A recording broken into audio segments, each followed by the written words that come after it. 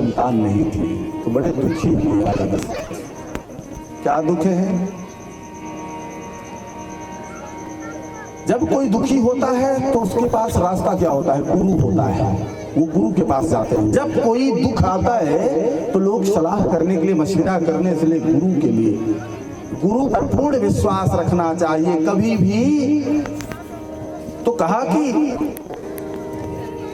बाबा तुलसी लिखते हैं कि एक बार भूपति मन माही, एक बार भूपति मन माही, भैया ग्लानि मोरे सुत नाही, भैया ग्लानि मोरे सुत नाही, भैया ग्लानि मोरे सुत नाही। क्या? अरे चुप रह। तो भाव ये आया कि फिर क्या किया? गुरु गृह गए तुरत महिपाला, चरण लागी कर विनय विशाला।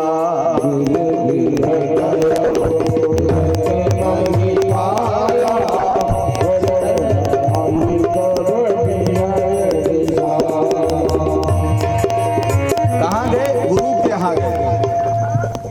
गुरु कौन है? वशिष्ठ जी हैं। वशिष्ठ जी के यहाँ गए और उनसे निवेदन किया तो उन्होंने कहा कि देखो, पुत्र की प्राप्ति हो तो श्रृंगी ऋषि के पास जाओ। श्रृंगी ऋषि जो है इसके विशेषज्ञ हैं। उन्होंने फिर श्रृंगी ऋषि के पास भेजा। श्रृंगी ऋषि के पास गए, उनका आस्तवन किया, उनसे बताया कि प्रभु मेरा चौथापन आ गया है, कोई संतान नहीं है, राजपाट कौन संभालेगा, अब क्या होगा? तो अब आप कोई उपाय बताएं जिससे कोई संतान हो। तो महाराज उन्होंने उपाय कराया, उपाय जो है बताया, यज्ञ करवाया, पुत्रेष्ट यज्ञ हुई। उस यज्ञ से यज्ञ भगवान प्रकट हुए, चरु लेकर के, खीर लेकर के। उस खीर को रानियों में विभक्त किया गया और रानियों को खिलाया गया। तो रानियों में महाराज तीनों रानियां गर्भवती हुई और राम, लक्ष्मण, भरत और शत्रुघ्न इनका जन्म होता है। इनका जन्म हुआ, प्राकट्य हुआ और प्राकट्य होने के बाद वहां पर घटना जो है वो प्रारंभ हो गई। तो समय क्या था? नवमी तिथि मधु मास पुनीता, नवमी तिथि मधु मास पुनीता, शुक्ल पक्ष अभिजित हरि बीता, शुक्ल पक्ष अभिजित हरि बीता। कौन? नवमी तिथि है, मधुमास का महीना है। मधुमास समझते हैं हम लोग? नहीं कह तो कहाँ जानते हैं? अरे कहीं बाहर के आए हो क्या? मधुमास, चैत्र मास को मधुमास कहा जाता है। चैत्र मास की नौमी। मध्य दिवस अति शीतल घामा, मध्य दिवस अति शीतल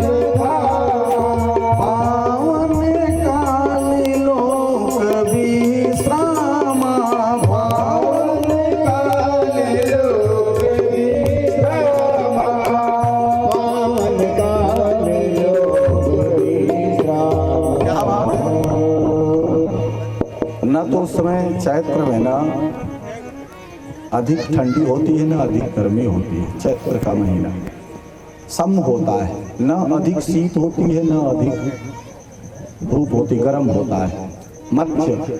अच्छा, मध्य दिवस चुना भगवान ने जन्म लेने का। देखो वामन भगवान भी मध्य दिवस अभिजीत मुहूर्त को चुना और यहाँ भी अभिजीत मुहूर्त को ही मध्य दिवस जो है वो चुना जा रहा है। ये भगवान के द्वारा चुना गया।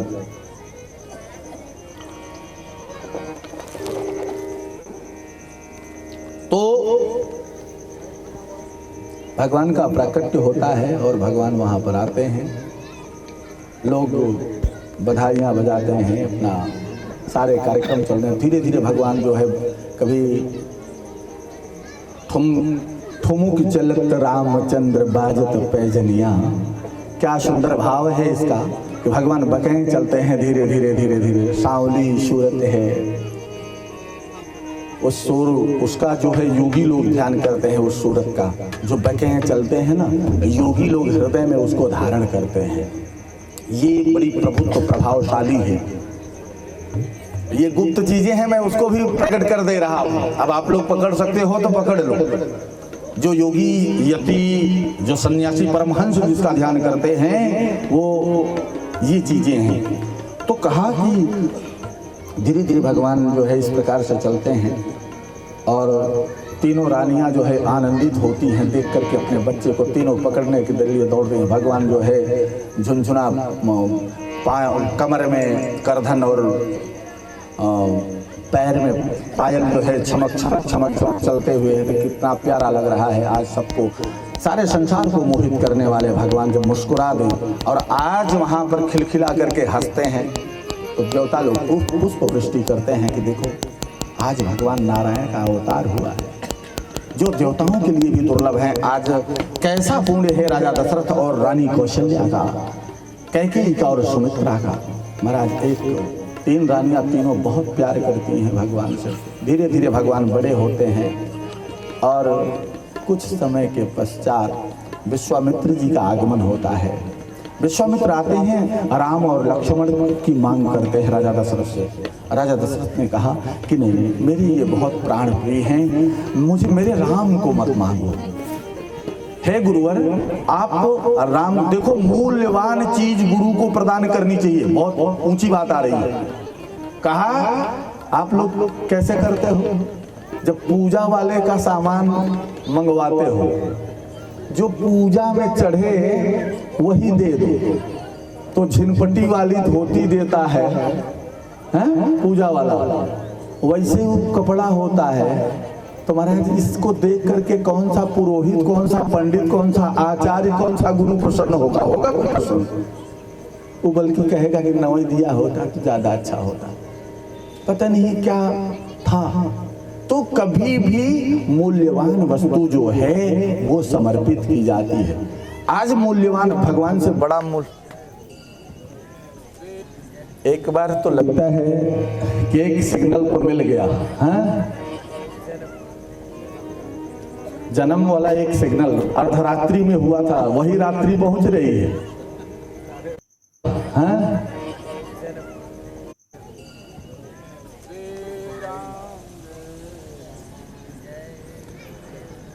एक बार तो लगता है कि एक सिग्नल को मिल गया, हाँ?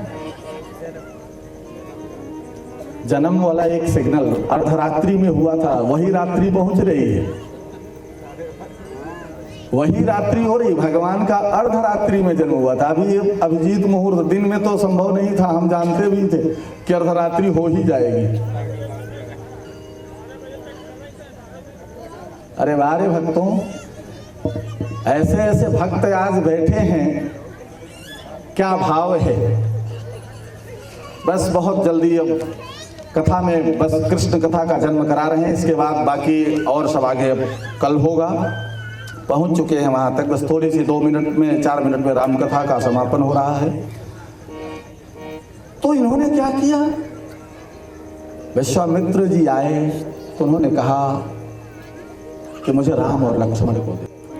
राजा दशरथ ने कहा नहीं प्रभु, आप ये मत मांगो, ये राम मेरे हृदय हैं, मेरे प्राण से भी ज्यादा प्यारे हैं, राम जी को मत मांगो। और जो कहो पूरी सेना भेज दे रहा हूं। काहे के लिए मांग रहे? कहा एक ताड़का नाम की एक राक्षसी है, कहा उसी का वध, वो हमें यज्ञ नहीं करने देती। अरे कहा इसके लिए तो मैं ही काफी हूं, मैं चल करके उसका वध कर देता हूं। कहा नहीं राजन, आप नहीं। क्योंकि वो ज्ञानी थे, समझदार थे, उन्होंने जानते थे कि ये भगवान का अवतार हो गया है। अब वो राजा दशरथ को मोह था, पुत्र मोह, अब वो पुत्र मोह में फंस रहे हैं। और वो जानते थे कि साक्षात नारायण है। तो नारायण ने क्या किया, जब आए तब विश्वामित्र ने समझाया, कहा राजन इतना मोह ठीक नहीं है। वो जानते थे कि क्यों आए हैं। कहा ये तो पृथ्वी का भार उतारने के लिए आए हैं, एक काम करो, जाने दो इनको, राम लक्ष्मण को जाने दो, इनको बौना मत बनाओ यही बांध करके, इनको छोड़ो, थोड़ा छुट्टा भी जाए और गुरु के सानिध्य में रहेंगे तो कुछ सीखेंगे।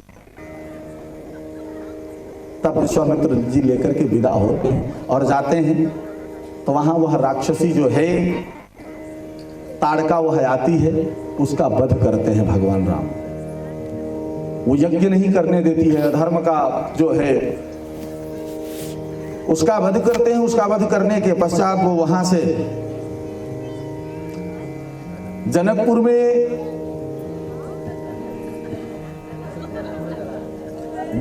में यज्ञ हो रही थी, जनकपुर में यज्ञ चल रही थी। तो उस यज्ञ को देखने के लिए विश्वामित्र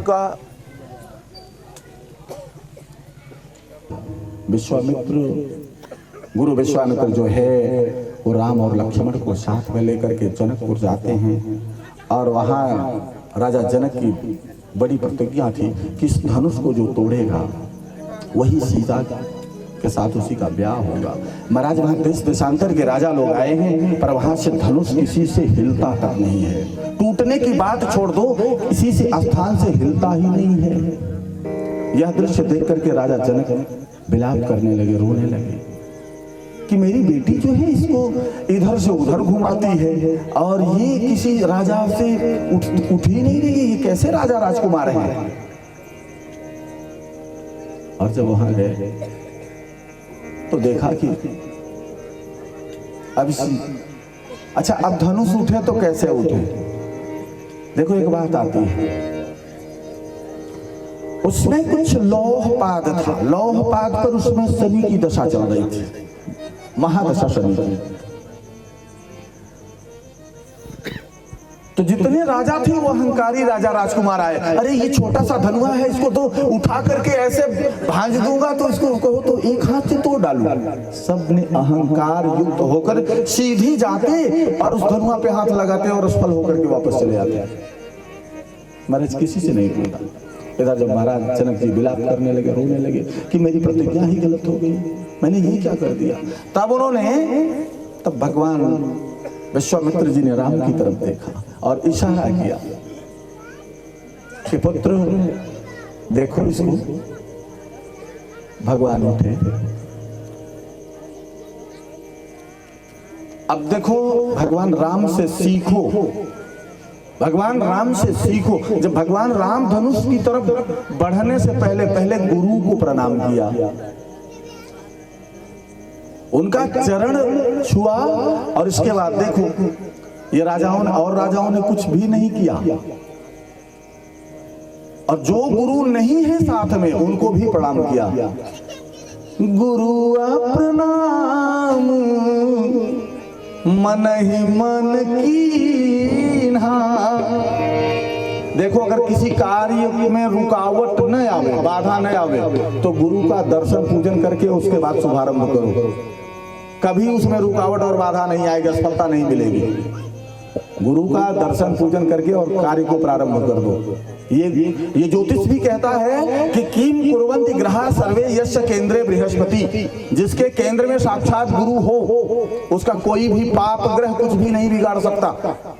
ऐसा शास्त्र विहित बात है, ज्योतिष की बात बता रहा हूं कि जब जिसके साक्षात गुरु हो, जिन्होंने गुरु को बना लिया है, वो कोई कार्य करने के पहले अपने गुरु को दर्शन और पूजन और उनको प्रणाम करें। अगर नहीं है, दूर हैं, तो मानसिक प्रणाम करें, उनकी तस्वीर के सामने उनको प्रणाम करके और कार्य को शुभारंभ करें।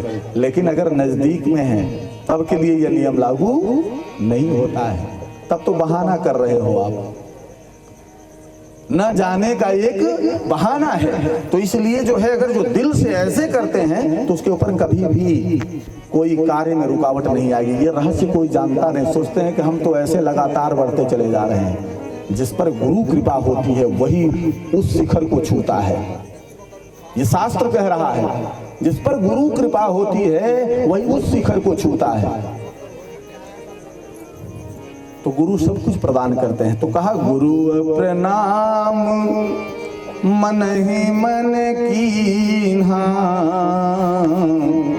अति उठाय धनु लांघवलीन्हा। धनुआ को जो है कैसे पहले गुरु को प्रणाम किया, उसके बाद धनुष की तरफ देख करके उसको भी इशारा किया शनि को कि यहाँ से निकलो। अब जब गुरु को प्रणाम हो गया तो गुरु जिसके केंद्र में गुरु आ गया शनि उसका कुछ नहीं कर सकता, इसलिए तुरंत वहां से शनि गायब हो जाता है। और इन्होंने धनुआ को उठाया और छुअत चापुया पही टूटी गए। सिर्फ चाप को चढ़ाते, डोरी को चढ़ाते ही बोला धड़ाम, टूट गया महाराज, टूट गया। और माता सीता जगत जननी का ब्याह राम जी के साथ हो जाता है और वहां मंगल गीत होने लगते हैं। वहां से राजा दशरथ जी विवाह करने के लिए अब उनको संदेशा भेजा गया कि आप बारात लेकर के आइए, आपके पुत्र यहाँ पर विद्यमान हैं, अब आप जल्दी से वहां से घोड़ा हाथी सब बारात लेकर के आओ। तब भरत और शत्रुघ्न को भी फिर साथ में लेकर के आते हैं और चारों पुत्रों का विवाह राजा जनक की चारों पुत्रियों के साथ हो जाता है। वहीं से विवाह करके पुनः वापस आते हैं और कहाँ पहुँचते हैं? अयोध्या जी में। यहाँ सानंद से अब बढ़िया से रहने लगते हैं, पर विधाता को नहीं मंजूर। विधाता क्या चाहते हैं? सारे संत महात्मा सब तड़फड़ा रहे हैं भगवान के दर्शन पाने के लिए, और भगवान अब ऐसो आराम करने के लिए आए हैं क्या?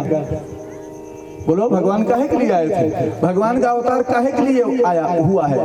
दुष्टों का संहार करने के लिए, आताइयों का वध करने के लिए। और पता चला कि रनिवास में बढ़िया आनंद उठाएंगे, नहीं, महाराज वहां की व्यवस्था पलटी और उसके बाद समय बदला। और जो कैकेयी ने 3 वरदान राजा दशरथ ने कहा था मांगने के लिए, उसने कहा अवसर पाने पर आए। अब मंथरा ने, कुटिल मंथरा ने उसका कान फूका कि तुम्हारा बेटा राजा जो है होना चाहिए, भरत जी राजा होने चाहिए, पर ये राम जी की घोषणा हो रही कि कल राज गद्दी पर राम जी को बैठाया जाएगा, इसलिए तुम विरोध करो। अब वो छच्छा काल करके जो है एक नारी जो उसका रूप होता है वो प्रत्यक्ष रूप वो दिखाना करके न श्रृंगार न खाना न पीना, ऐसे जो है आंगन में लेट गई कैकेयी। और वहाँ राजा दशरथ आते हैं, बहुत मनाते हैं, पर वो मानती नहीं है। तो कहा रानी कैसे मानोगी आप, बताओ, जो कहो, आप तो मेरी सबसे प्रिय रानी हो। तो कहा जो आप वचन दिए थे वही पूरा कर दीजिए। कहा तुम मांग बोलो, तो हमने तो वो रख दिया था, आप बताओ तुम क्या चाहती हो। तो कहा पहला राम को बन, भरत को राजगद्दी और राम को बन। और कैसी राजगद्दी बन, कैसे हो? क्या मांगा? तापस बीस विशेष उदासी 14 बरस राम बनवासी। कितने वर्ष का मांगा? 14 वर्षों का। अब ये भगवान ही साक्षात उसकी जिह्वा पर बैठे हैं। ये सब षड्यंत्र किया गया कि नहीं तो छोटी कैकेयी बहुत भगवान को मानती थी, वही दूध पिलाती थी, वही उनकी सारा कुछ करती थी, लेकिन मंथरा की जिह्वा पर जाकर बैठे। मंथरा से कहवाया गया, ये सब व्यवस्था बनाई गई देवताओं के द्वारा कि ऐसा हो, और महाराज वैसा ही हुआ। वो होने के बाद भगवान वहां से दूसरा दिन आया। भगवान की विदाई हो रही है आज। कल राजगद्दी होनी थी और कल उनकी अब विदाई हो रही है। कलवल वस्त्र पहन करके और भगवान वहां से चल पड़े। राम और लक्ष्मण, सीता जी भी साथ हो ली। सीता जी ने कहा, परमिशन लिया, उन्हें पहले तो रोका, लेकिन बाद में उन्होंने कहा कि हम अपने धर्म से च्युत हो जाएंगे। पति के साथ अगर दुख की घड़ी में अगर पत्नी न रही तो वो पत्नी कहलाने की हकदार नहीं है। तो कहा इस दुख की घड़ी में हम पति को, हे सासू माँ, कैसे छोड़ सकते हैं? तो कौशल्या जी को समझ में बात आई। उन्होंने कहा, हाँ पुत्री, तुम भी जाओ। और वह बिना पग में पनही कोई पहना नहीं, सब के सब वैसे निकले। और जब चलने लगे तो वहाँ के नर नारी सब रोने लगे। वह दृश्य, वह वातावरण देख करके सभी लोग रोने लगे। एक भाव आता है,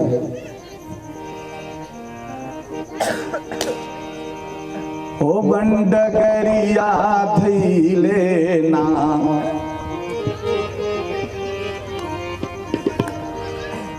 रोमे सारी अवध नगरिया, बंडगरिया धैले ना, रोमे सारी नगरिया, बंडगरिया धैले ना, रोमे सारी अवध नगरिया, बंडगरिया धैले ना, हो राम डगरिया धैले ना, हो राम डगरिया धैले ना, रोमे सारी अवध नगरिया, बंडगरिया धैले ना, रोमे सारी अवध नगरिया, बंडगरिया धैले ना।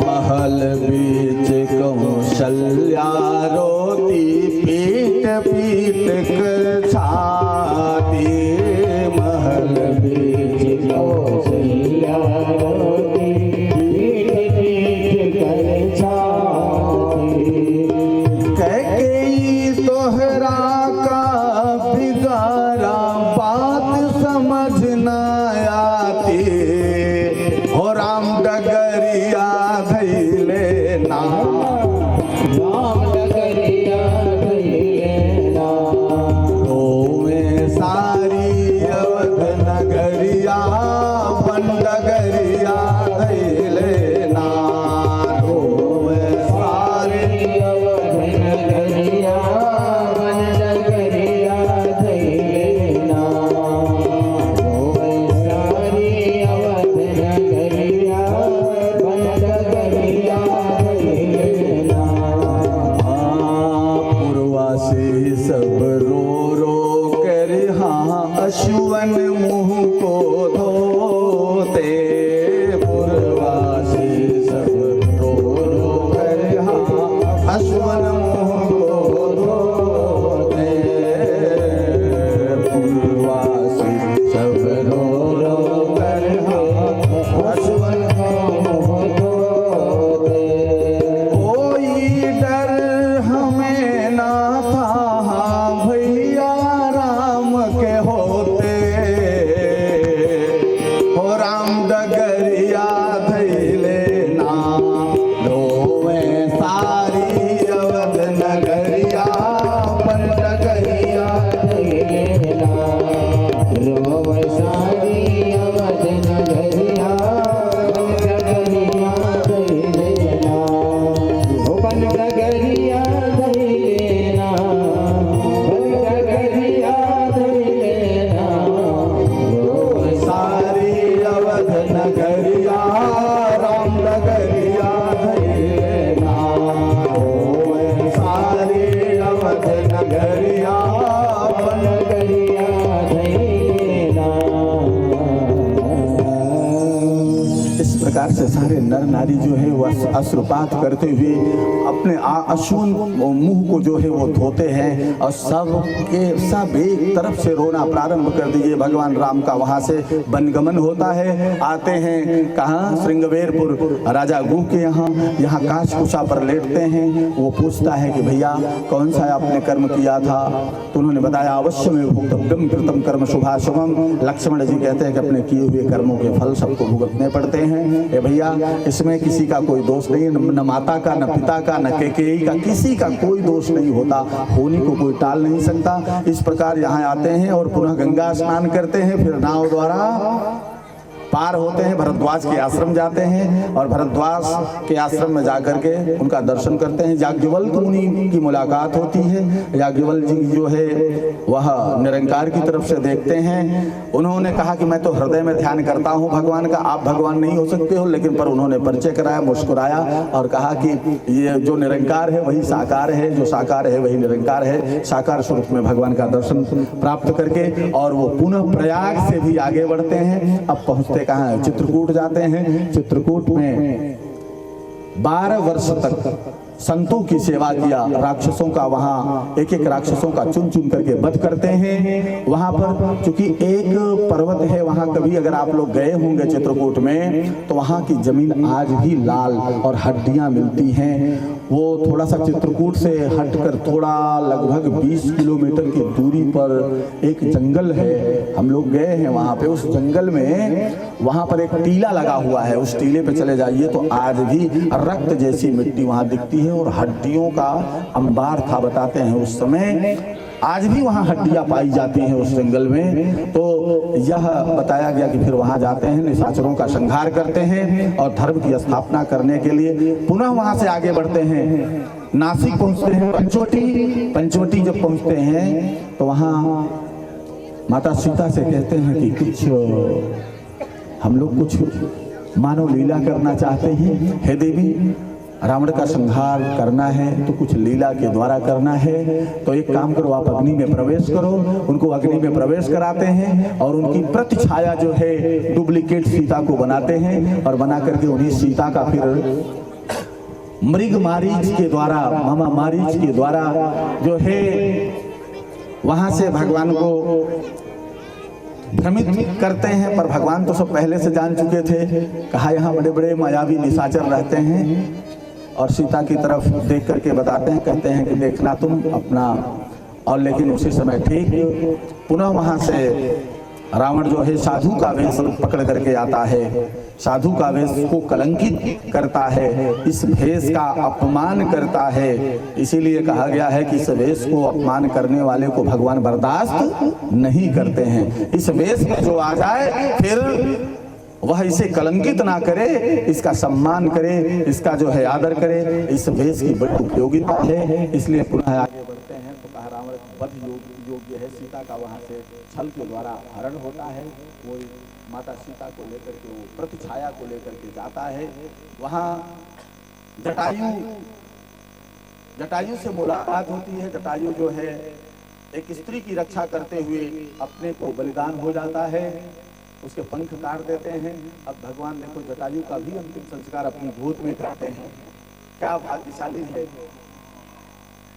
ब्रह्म के द्वारा जो है उसका अंतिम संस्कार किया जाता है, उसे परम मुक्ति प्राप्त होती। भगवान जटायु का जो प्राण निकलता है तो भगवान के तेज में विलय हो जाता है, भगवान स्वतः ले लेते हैं और फिर वहां से आगे बढ़ते हैं तो पंपासर जाते हैं। वहां पर बाली और सुग्रीव दो भाई होते हैं, सुग्रीव की मित्रता करते हैं। वहां भी एक आतताई है बाली जो है अपने भाई की पत्नी पर कुदृष्टि रखता है, कुदृष्टि और उसका हरण भी करता है। इसलिए जो है भगवान वहां जाते हैं और बाली का वध करता है। बाली का वध करने के पश्चात पुनः सुग्रीव से मित्रता करके राम सेतु बनाते हैं समुद्र पर। राम सेतु बना करके लंका में प्रवेश करते हैं और प्रवेश करने के बाद वहां जाकर के राम रावण का युद्ध होता है।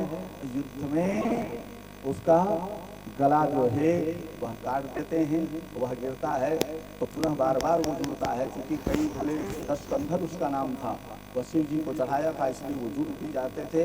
पुनः जो है आते हैं तो लक्ष्मण उसका वध कर दिए, उसके प्राण बचे हुए तो लक्ष्मण को भेजा, कहा जाता है कि सीख लो उससे, वो बड़ा ज्ञानी था, बहुत ज्ञानी है, और जाओ उसका यह कृत्य अगर वह ऐसे कृत्य का नहीं होता, अधर्मी नहीं होता तो उसके समान कोई विद्वान नहीं था, उसके समान कोई योद्धा नहीं था। वह त्रिलोक में पूजित होता, लेकिन इतना योग्य होने के बावजूद वह पूजित नहीं है। उसका लोग नाम लेना पसंद नहीं करेंगे।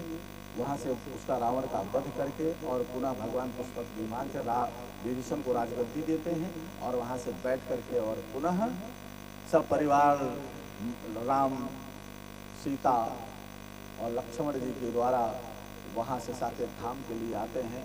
अयोध्या जी आते हैं और अयोध्या आकर के पुनः जो है राजकाज को चलाने लगते हैं। बोलिए भक्तोत्सल्य भगवान की या चलिए राम कथा तो पूरी हो गई।